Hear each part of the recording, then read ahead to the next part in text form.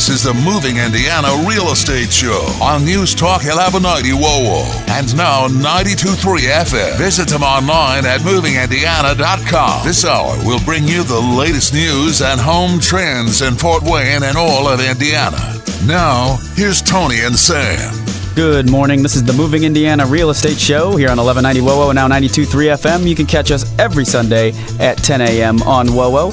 I'm Tony Didier from Coldwell Banker Roth Wehrly Graber. Usually joining me is Sam, of course, but this morning we have a little bit of a fill-in. We have Jess Harrison joining us. Say hi to the people, Jess. Jess has some radio experience, so she'll do a great job. Not as much real estate experience, though. You do own a home, though, right? I do own a home, yeah. Okay, so she's experienced. We're going to talk a little about today being a home seller. We've talked a little bit about buying in the past. Now we're going to talk about being a home seller, maybe a first-time home seller, not a term you ever really hear, but everyone who's owned a home goes through the home selling process once to go move to that next property. So we're going to talk about what to expect. You don't move very often. It's easy to forget how the whole process goes with selling your home. So we're going to go through that today. And if you use an agent at Coldwell Banker Roth Wehrly Graber, we have some tools available to help you prepare your home for sale. It's not just getting good pictures and putting it on the market and trying to price it right. Obviously, there's going to be people walking through your home, and there's certain steps that you should really take before you are just letting people into your home. First impression is key. It really is. With homes, with people, very important. As soon as you walk in that door, you're going to feel one way or another about a house. A lot of times, right, when you walk in, you know if this is not the home for you, or you know if this is the home for you. Being in the real estate business for the amount of years I've been in it, I've seen people walk in homes and say, this is the one. We have all kinds of tools for you at movingindiana.com, and one of those tools is our home enhancement guide. And we're going to go through a little bit of that with you so that you know how to enhance your home and prepare it for sale. And one of the things that you need to think about before you let people in your home who intend to buy it, things that are attached to your home are understood that they go with the home. A lot of times you'll just say appliances are negotiable. Mm-hmm. You know, maybe you'll have appliances in the next house you're going to buy, so you don't need to take them with you. But you'd like to leave it open-ended, so you'll say, you know, appliances are negotiable. Odds are the person buying your house doesn't have, you know, a fridge and a range ready to go to plug into that house. There's other things in the house that are understood that go with the house, such as the window treatments. You know, any blinds, a lot of times are custom fitted for windows for your home anyway, so you're not going to take it to your next home. But if you have some drapes that you really love, maybe think about taking them down before you put your home on the market so that it's understood it doesn't stay. You know, you hear a lot about staging, moving things around, but what's one thing that you can update your home with that's, you know, pretty easy and inexpensive? Yeah, something real easy you can do is just painting your house. You don't have to totally redo a room and change it a different color, but just touching up scratches or, you know, spots, or if you've hung something up, fill in the hole, paint over it, make it look nice. But you don't have to spend a lot of money on that either. Exactly. And when you're painting over those spots where maybe there were pictures before, you want to think about taking down some photos. People have said before that you want to remove all pictures of your family. I don't know if that's necessarily true. Not all. Yeah. It'd be nice to know who you're buying the house from, maybe. Well, not only that, but it's nice to know that it could be a nice family home and has some personality to it. Definitely think about getting rid of stuff you wouldn't want to move to the next house anyway. It's just going to save you time and make your house more appealing. And you really want to make your house, you know, neutral, not just paint, although that is important because, you know, it could be a color you really like, but not a color somebody else really likes. But have your decor neutral and have it laid out in a way that, you know, other people would lay it out as well. So take out some of those items that you would normally keep and keep those closets and things clean. And even cabinets. People are going to open cabinets too. They want to know that they have enough storage when they're moving in. That's right. So just having things tidy makes it look bigger and more wide open. So another thing that's important is, you know, important areas are bathrooms and kitchens. Obviously, you use bathrooms a lot of times during the day. And kitchens, it's a phrase that people say all the time, kitchens sell houses. Yep. So maybe you can't afford to remodel the whole kitchen, and maybe you don't want to because you don't know if the next buyer is going to like what you decide to do anyway, but you can control keeping them clean and spotless. Some other things to think about are the other senses. Smell. What can people do to make their house smell fresh? You pie, bake some fresh bread, maybe a day the night before someone's coming in. Exactly. Or even light some candles. Yep. If you know you're going to be home right after the showing. Obviously, you don't want to have a house fire hazard, but just have that Sheet nice of bacon, you know. sheet of bacon if you got some men coming through the house to check it out. So have the house looking and smelling fresh, and you want it to be really bright. So those window treatments we talked about, get them open. Almost all showings are going to be during the daylight hours. So the rooms will feel bigger with more light, and people love natural light. They don't want to feel like they live in a cave or a garage. So definitely make sure that house is nice and bright.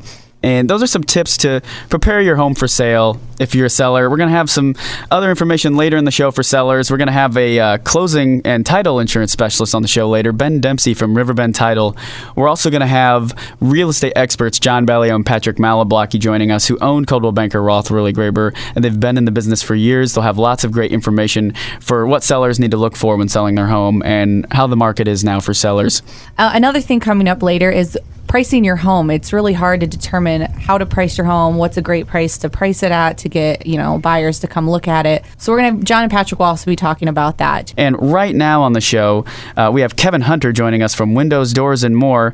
And we're looking at a very important part of your home, your roof. Good morning, Kevin. Good to be with you this morning. So what are some signs that a roof may be reaching the end of its life cycle?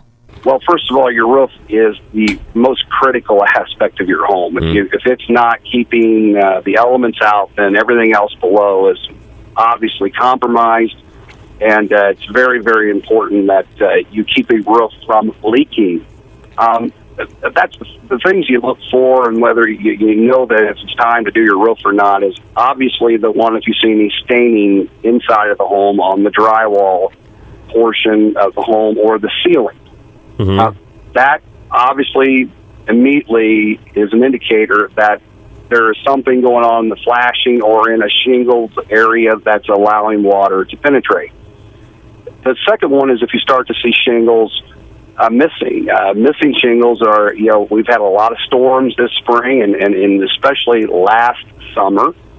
And that is another, indicator that missing shingles, obviously that means the shingles are no longer there. You might see a black felt or paper, and that's the only thing that's keeping the water at that point out. That's a last-ditch effort, if you will, to keeping moisture out. And then obviously if there's any bare exposed sheeting, then obviously it's really severe.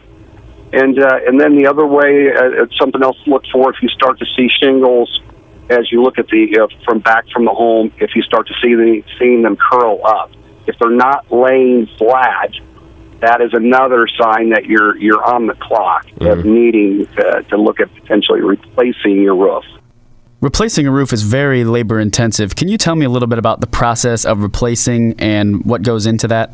Well, first and foremost, I know that a lot of your listeners will think, well, I can do my own roof, and they're absolutely correct. Some can do their own roof. However, you need to be aware of the dangers of doing your own roof, and especially nowadays with the aspect of people falling and getting injured. It's just something you want to be careful who you involve in that process. First and foremost, and then also, making sure that they're tying off and protected from a fall, which is a requirement these days by OSHA. And you just want to make sure that you have sure-footed people on your roof. Okay. Then, from there, you're going to want to, again, figure out the number of squares. I would highly recommend doing a tear-off in this day and age with the weight of the shingles nowadays. You're talking about 265 pounds per square foot or per square 10 by 10 area. And that's heavy compared to the old shingles that were put out even 7-10 years ago. Right. So laying additional shingles over an existing layer of shingles may not be the right choice because you could over time see dipping between the rafters, especially in the garage area where they might have built it a little further, like 18-inch on center, and that's pretty wide, and you'll start seeing cupping and that type of thing with adding too much weight to your roof. So we advise a complete tear off whenever possible, and go back and just do it right. How can someone get a hold of you to talk about their roof or ask you any questions they might have? Yes, you can reach us at 422-7077. And again, it's a free estimate. We come out, we'll evaluate, let you know where where we believe the life of your roof is at.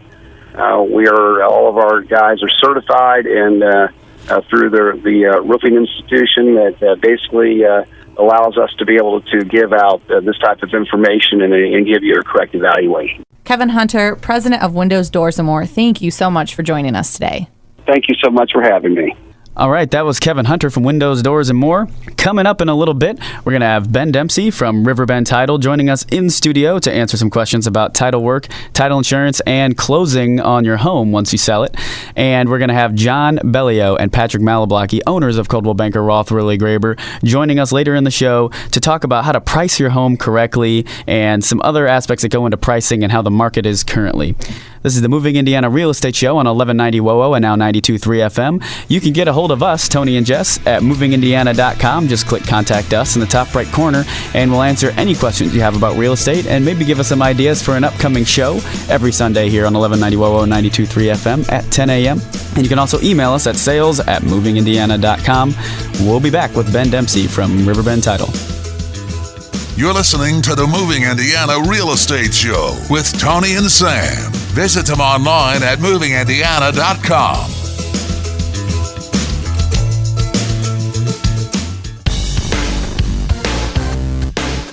You're listening to the Moving Indiana Real Estate Show with Tony and Sam on News Talk 1190 WOWO and now 92.3 FM.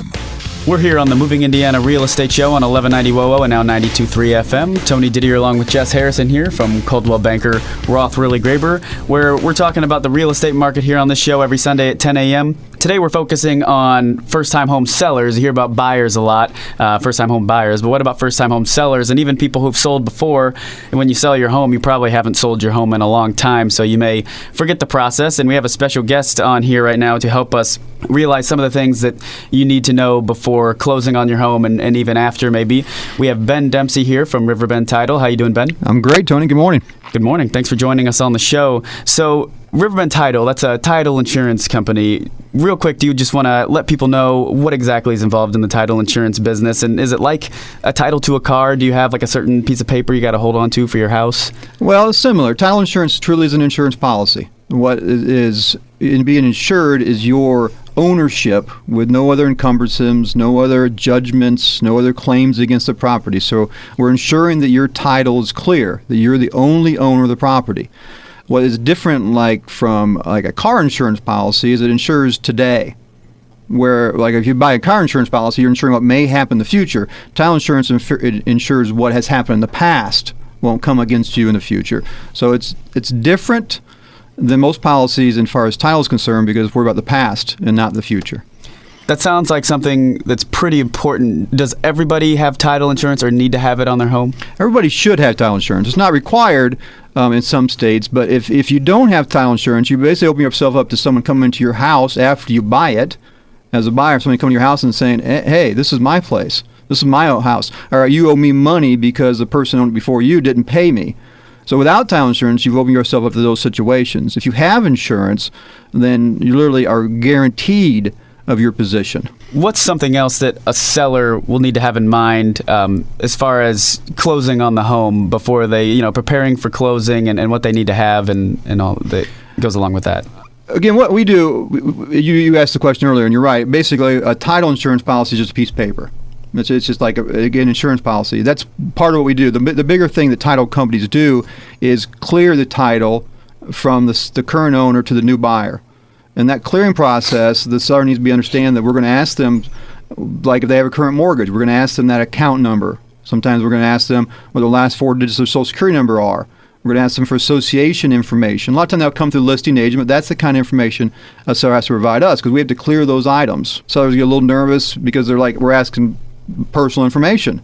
Mm-hmm. And they're like, why do you need to know this? Well, that's part of the job that we do is to clear those things that are on the current title process. At the same time, even though it's, it could be personal information, you don't want to still have your name on a mortgage for a house that, you've sold or no longer live in. So it's very important. And didn't they change it recently? I mean, you used to be able to take like a a cashier's check or something to a closing, does it have to be wired now? Yeah, the state regulated that about, it was July of 2007. Is actually when the state changed that law, that if you have anybody involved in the real estate transaction has to provide more than $10,000 at the closing, it has to be done through a wire transfer compared to a cashier's check. So there's still a threshold amount. If it's less, then the buyer can bring a cashier's check. But anything over $10,000 has to be done via wire. I mean, I don't know if that seems fair to me that I could have a briefcase with $300,000 in it and bring it to closing and I can't get a house. Why can't I do that? Well, again, the state says you cannot. And more importantly, I don't want you to bring cash to closing. So we had a policy long ago at Riverbend Title. We do accept any cash, no matter how little the amount is. We're going to have a cashier's check or a wire. Now, real estate is a pretty good investment, and when you sell your home, there's definitely a chance that even with all the costs associated with closing, that you'll come out with a check, with some money, maybe to put towards your next house or really just to pocket. So do people have to pay taxes on that money that they earn from selling their home? It depends on how their ownership is set up. If they're selling their primary residence and they've not sold another primary residence in the last 2 years, then they have no capital gains tax to pay. If it's an investment property that they do not reside in, then they may receive a tax form for tax purposes or proceeds. If it's an estate, the person that owned the property has passed away and has gone through an estate, again, the estate itself may receive a tax form or tax document for the proceeds. And the same is true of the trust. Do you want to give some of the things that people might not be aware of that they should think about as far as costs when they're buying or selling a home? Well, the purchase agreement covers a lot of the issues of what has to be provided from a closing standpoint. So that lays out the cost. And the seller may choose, or the buyer may ask for a survey to be provided. That's usually a seller cost. A deed has to be provided so we can convey ownership to the new buyer. That's normally a seller cost. Not a large cost, but it is a cost. And normally the owner's policy, which is our world, title insurance owner's policy, is paid for by the current owner, the seller. Because the purchase agreement says they're going to provide marketable title to the new buyer, so they pay for that. Again, it's a relatively nominal fee compared to a percentage of the sales price. And what people don't have to think sometimes through, they look at that fee and they think, well, that's I got to pay this today. But we're not like a car insurance or life insurance. You don't pay us more than once. There's no renewal. You pay one time, and the person has coverage for the entire time they own the property. No longer how that is. Wow, that's great. So there's no monthly payments on title insurance rolled into your mortgage or anything. Right. And much like how your mortgage payment is usually taxes and things like that rolled all into an insurance into one payment, at closing, do you have to bring a check for one thing and receive a check for three things? How does that work? No, I mean, what we do, what all title companies do, and the Riverbend is included, obviously, is produce a settlement statement. And all fees involved, commissions, closing fees, their payoff for their mortgage, all those are shown in that settlement statement. I mean, it basically bottom lines for that seller how much money they get out of closing. And that's the first documents covered at closing. When they sit down, we go through that settlement statement in detail so they understand the charges and the costs and how much money they're going to receive. Okay, so they don't have to come with their wallet being prepared to make some payments at closing. Odds are they're just going to receive one check or one wire transfer. Yes. Right. It's going to be broken down to one thing. I mean, the selling process is nerve-wracking enough for buyers and sellers. I mean, the goal of a title company should be to make the process as easy and as comfortable for all parties involved. It really should be a celebration at that point. I mean, sometimes with my staff, I make sure they realize that this is a big moment. I mean, we do sometimes 10, 15 closings a day. But each one of those people involved, this is a huge investment, the biggest investment they're going to make, or the biggest amount they're going to have receive in their lifetime. So we make sure we always concentrate on the fact that this is very important to them and make it as easy as possible for them. Because at the end of the day, we want that buyer to be very thrilled about buying this house. We want the seller to be happy that the transaction was completed to their satisfaction. That sounds exciting. What is your favorite part of your job? It truly is to see that, especially that first-time buyer, the excitement of truly owning a property. Some of these people, it's a lifetime dream they've had. I mean, I did a closing last week for someone who's buying their first house, and the guy was just sweating and just the excitement. And then when we get done, and you just basically tell him, okay, you're done. I'm gonna get your copies. Here's the keys. That's still a lot of fun for me and my staff. I'm sure you got a lot of good stories and about closing table and things like that. So Ben Dempsey here from Riverbend Title. Not only do they provide clear title and title insurance policies to people buying and selling homes, but they also are the ones at the closing table letting you know everything that's going on, going through the documents and making sure that you have a nice, easy, smooth transaction into your new home or out of your home. So Ben, thank you so much for joining us this morning. We really appreciate it. Not a problem. I enjoyed it. Thanks. This is the Moving Indiana Real Estate Show. We're talking about first-time home sellers. We got more to come. We got John Bellio and Patrick Maloblocki joining us. So stay tuned. We have a lot of great information more to share with you. We have Jess Harrison here with Tony Didier from Coldwell Banker Roth Wehrly Graber on 1190 WOWO and now 92.3 FM. You can find any home for sale online at movingindiana.com. And you can ask us any questions about real estate at any time by emailing us at sales@movingindiana.com. Or follow us on Twitter at Moving Indiana, or go to facebook.com/Moving Indiana and post something you'd like for us to talk about, and post some nice, great comments about how good of a job Ben Dempsey did here in the studio. So thank you for joining us, Ben, and we'll be back after the break. You're listening to the Moving Indiana Real Estate Show on News Talk 1190 WOWO and now 92.3 FM.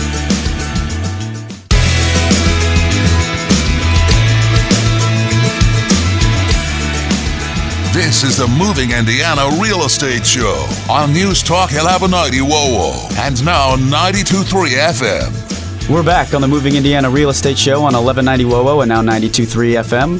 I'm Tony Didier here from Coldwell Banker Roth Wehrly Graber. I also have Jess Harrison here with me hosting the show this week. And this is our first-time home seller episode. So if you haven't sold your home before, maybe you're a current homeowner and you're wondering, what to do when you do sell your home or when to sell your home or what to expect, we're here to talk about some of those subjects and help you out a little bit. For this segment, we have John Bellio and Patrick Maloblocki joining us, who are the owners of Coldwell Banker Roth Wehrly Graber. Between them, they probably have about 50 years of real estate experience, so they should be able to answer any questions you have on the sale of your home. John, how you doing today? I'm doing good, Tony, but the 50 years experience makes me really old. Well, we'll give some of that credit to Patrick. How you doing, Pat? Doing well, thanks. Good to be on. Great. So if you haven't sold a home before, there's some things to expect. Earlier, we talked a little bit about preparing your home for sale and setting it up. There's some things that you may not necessarily think about when you sell your home. John, what are some things that people might not realize when they sell their home for the first time? Well, I guess if you're a first-time seller and you're trying to get your home on the market and prep it, you got to realize, why are you moving? You're moving because the home's probably too small, you've outgrown it. So by leaving all your stuff that shows that the home's been overgrown in the house, it's probably not a good idea because it's going to show small. So take a lot of your items out, declutter it, declutter the closets, declutter all the areas of the home. And while you're doing that, as a precaution, it's probably a really good idea to take jewelry, pharmaceuticals that you might have, prescriptions, things like that, because you're going to have people going through your home and you want them to feel comfortable there and make it their own. So as they're going through, you would take pictures off the walls so they don't see your family there, but they envision their family in that home. And by doing all these things, it really clears the house up and makes it a clean slate. Now, you don't want the house to look vacant. That's obviously not a good idea. When we're showing vacant homes, sometimes we'll actually go in and put some greenery in there, some fake plants and things like that, just to give it a little bit of color and give it some depth. So, you want it to look open, though. And about the items that you're moving with you, taking with you, what's understood that stays with the house? Do people tend to leave appliances and fixtures and things like that, or do they tend to take them with them to their next home? Well, those are the things that your agent will help you with as far as disclosing with the disclosure forms, to make sure that we, say that, hey, we're taking that basketball hoop outside that's bolted in or that's, is fixed in concrete. We're going to rip it out. And the shrub in the front yard that my mom gave me, we planted, we're taking that with us. So there's things like that you'd want to do. But things that are just absolutely misconstrued is a mirror on the wall. If it's a hanging mirror, it's going to get taken with them because it's just hanging on a hook. But if it's actually bolted to the wall or affixed to the wall, then it's something that's supposed to stay. Chandeliers is something we always run into where, my mom and dad gave me this chandelier. It's a housewarming gift. We want to take that with us. But it's, it's an electrical appliance that's hooked up to the house, and they want to take it with. You have to disclose that. So would you suggest replacing that with another chandelier I would just replace that with something a little bit, inexpensive and go, depending on the price of the home, obviously, stay within your bracket and then make those changes beforehand. Because once people see it, they're going to say, I want to keep that. And then you're going to get into that little, complaint issue about, well, I want that. And it hurts the negotiation process. And you could have your realtor disclose it, but even then when you move, you're leaving the new homeowner without a light. So Exactly. They'll be in the dark. As long as it's disclosed, it's not a problem, but you do have to disclose things like that. And aren't certain government loans, certain things like light fixtures have to be in for like FHA and USDA? Yeah, we do run into that. When you get into the financing issues, that's a whole other topic. But yeah, there's a lot of things that need to be done to a home, handrails and certain things like that. Patrick, what about, having people in your home, for showings, people you've never met before? They're going to have a realtor with them, especially if you list your home with a realtor, even if it's somebody on the buy side who doesn't already have a realtor. Obviously, you'll have your listing agent show them the home. But what should you expect as far as safety in your home? Well, as John said, some of the important things are make sure you take valuable items, at least put them out of sight, put them in a safe, put them under lock. There aren't too many instances of that happening, but you always want to be very careful with what you have left out in the home. Buyer's agents that are taking a person through the home are professional realtors. Their job is to securely show a buyer a home, make sure that everything stays safe. Part of their role is to stay with the buyers, make sure the buyers' kids are corralled sometimes if that's an issue, and make sure that the showing goes entirely smoothly. Excellent. What about when to sell your home? When do people know when the time is right? Now's the time. There's no better time than I've seen in close to a little over 30 years in the business is now to sell a home. And the reason it's the perfect storm, I think I talked about this a couple of weeks ago on the show, where you've got low interest rates, which means buyers can buy more, which is a wonderful thing. Sellers can upgrade. It's a great time for that. And thirdly, we have a very, very low inventory. A normal market's about 6 months of supply and demand, meaning 6 months of inventory out there. Due to the marketplace, the way it's been over the last 6 years, there's been a lot less new construction going on.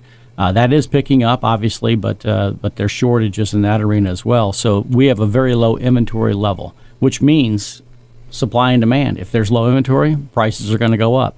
So we have seen an increase in pricing in our market, and there's been some good increases, and that's wonderful. But, some people, they panic. They're a first-time seller, even a second-time seller, and they go, I bought this house 5 years ago for $150,000, and now I'm selling it, and I'm only getting $155,000. I'm losing money. By the time I pay my closing costs and everything else, and, what people seem to forget, and luckily we'll remind them of that every once in a while, is you had to live somewhere.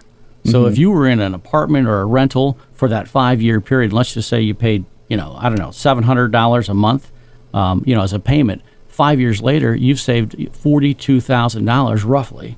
Math is pretty close to that in rent. So even though you might lose $2,000, $3,000, $4,000, $5,000 on the sale, you would have spent $42,000 to live somewhere. So in reality, you've made about $35,000, $36,000, by having your home. And there's tax advantages to having a home. You get to write off your property taxes and other things. So.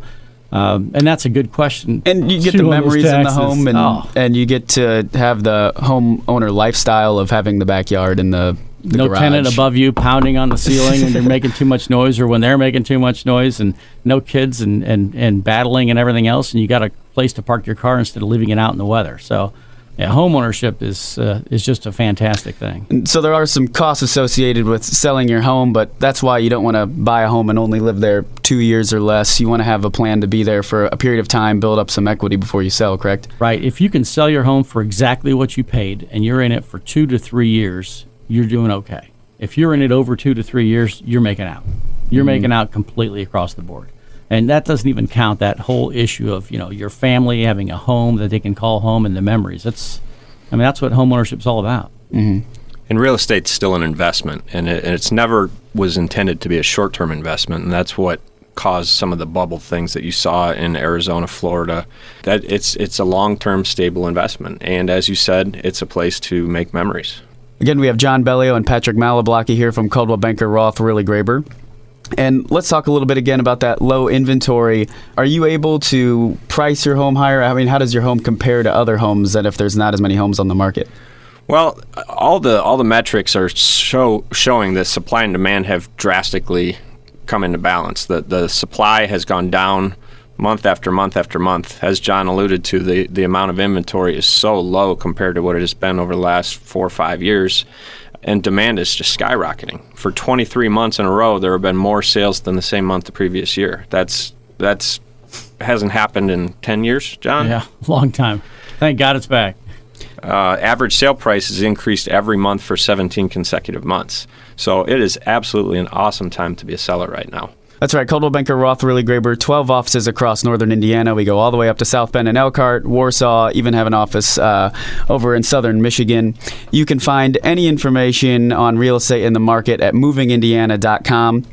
You can also find any home for sale, whether it's listed by Coldwell Banker or not, on movingindiana.com, and our agents can take you to see any of those homes at any time. If you're interested in selling your home, you can check your home value there on our website too. Just fill out a quick form about your bedrooms and baths and square footage, and we'll get right back with you on what your home may be worth. And when we return, we'll talk a little bit about how to price your home and why you should use a realtor for that. And there are some tools people think to kind of figure it out on their own, but they're not always reliable. Again, this is Tony Didier here with Jess Harrison from Coldwell Banker Roth Wehrly Graber, where we help our agents with their marketing. Staying with us in studio for our next segment, we have John Bellio and Patrick Maloblocki, owners of Coldwell Banker Roth Wehrly Graber, who through their experience can give you great information on selling your home and how to price homes correctly. They've been doing it for years. So John and Pat, thanks for sticking around, and we'll be right back on News Talk 1190 WOWO and now 92.3 FM. This is the Moving Indiana Real Estate Show on News Talk 1190 WOWO and now 92.3 FM. Visit them online at movingindiana.com.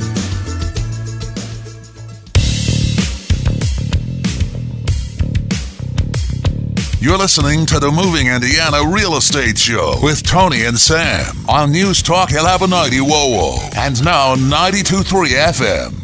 We're back on the Moving Indiana Real Estate Show. I'm Tony Didier along with Jess Harrison with Coldwell Banker Roth Wehrly Graber Real Estate. We're on 1190 WOWO and now 92.3 FM. You can catch us every Sunday from 10 a.m. to 11 a.m. talking about the current real estate market. And we have in studio with us John Bellio and Patrick Maloblocki, owners of Coldwell Banker Roth Wehrly Graber.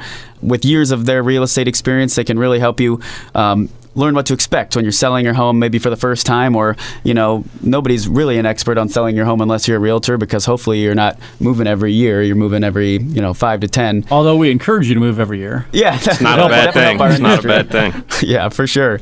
So one of the main things when you're trying to sell your home is not just getting it to look good, but you got to price it right. How do you price your home? That's a really good point, Tony. I mean, we get into these situations where someone says, I logged into Zillow and I took the price averaging and my house is worth X number of dollars. And the reality of it is, it's not like going on Kelley Blue Book and trying to price your car. The cars are the cars. It's a Cadillac STS, all-wheel drive. They're all about the same. Some are in better condition than others for the same year. Some have been maintained a little bit better. Now, that's just not the case. I mean, you take a 1,500 square foot house that's on the market for sale. It could be a first-time home buyer home. It's got basic carpeting, basic trim packages, basic shower tub combinations. Or you take that same 1,500 square feet into a Villaminium in Fort Wayne, and it's going to have 6-inch base, and it's going to have customized tiled showers and everything else, and baths and 3-car garages and all the little upgrades and extras. So you really can't price it that way. And unfortunately, you get into some of these, not to slam any of the websites out there, the national sites, but they're working off the best data they can, and it's just not as accurate as actually, going out and having an agent come in and do a full analysis of your home. And there's no charge for that, so it's kind of crazy not to do that. So just to clarify, we're talking about on Zillow.com, there's estimates, how it can tell you, an estimate of what they think your home is worth. And Patrick, why might not Zillow know what our home is worth, and how far off can they be?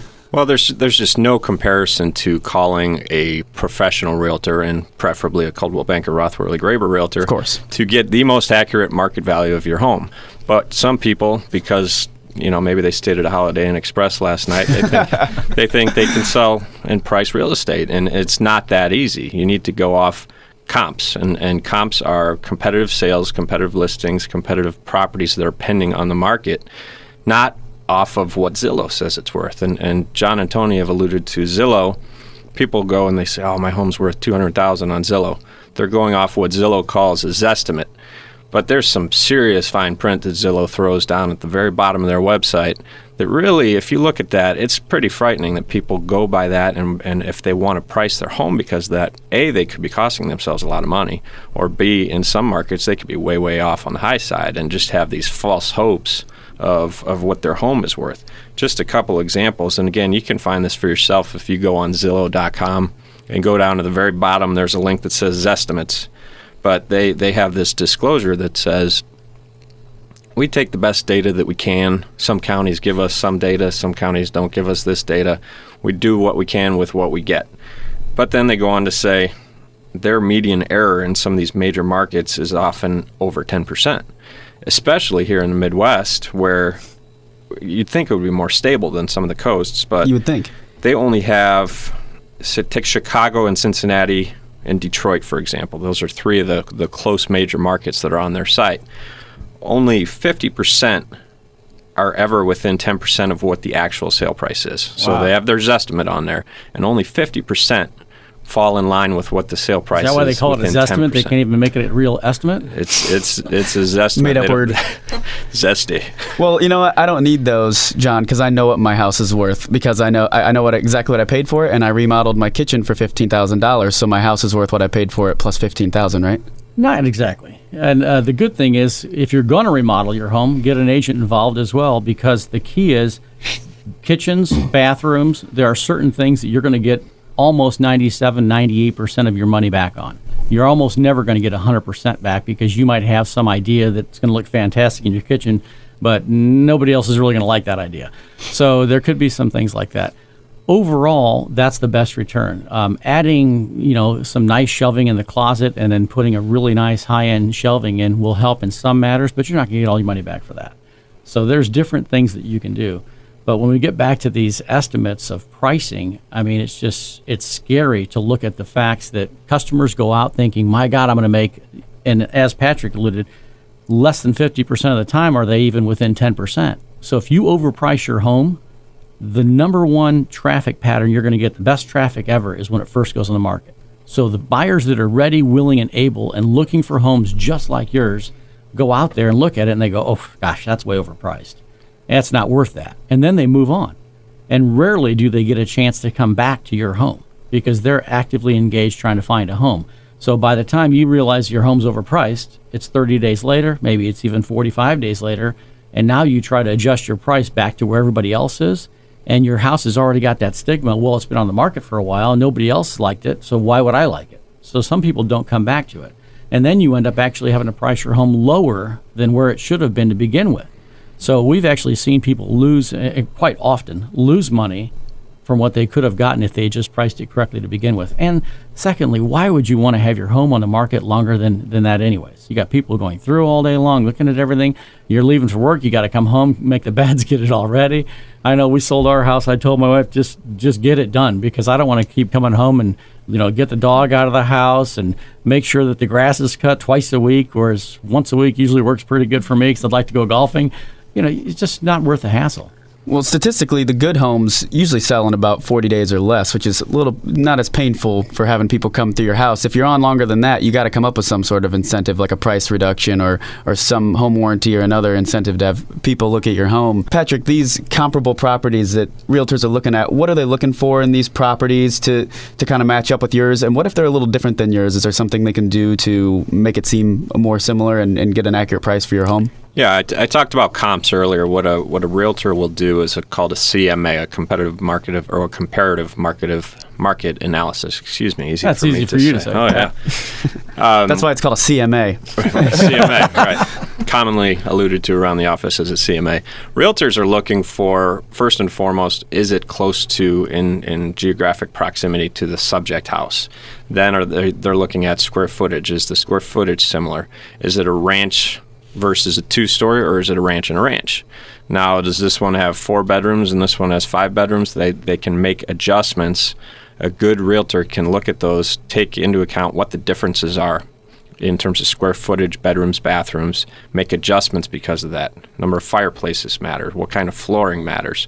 They're looking at every one of those topics or every one of those items about the home and making adjustments to derive a good market value to start at.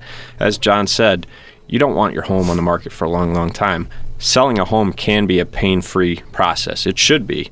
And in the best cases, it is a pain-free process. But you got to price it right to begin with. And a good realtor will give you that price, that good starting point, where you're not sitting there 6, 7, 8, 10 months later saying, what in the heck is going on here? Why will my home not sell? You want to start right off the bat with the right price.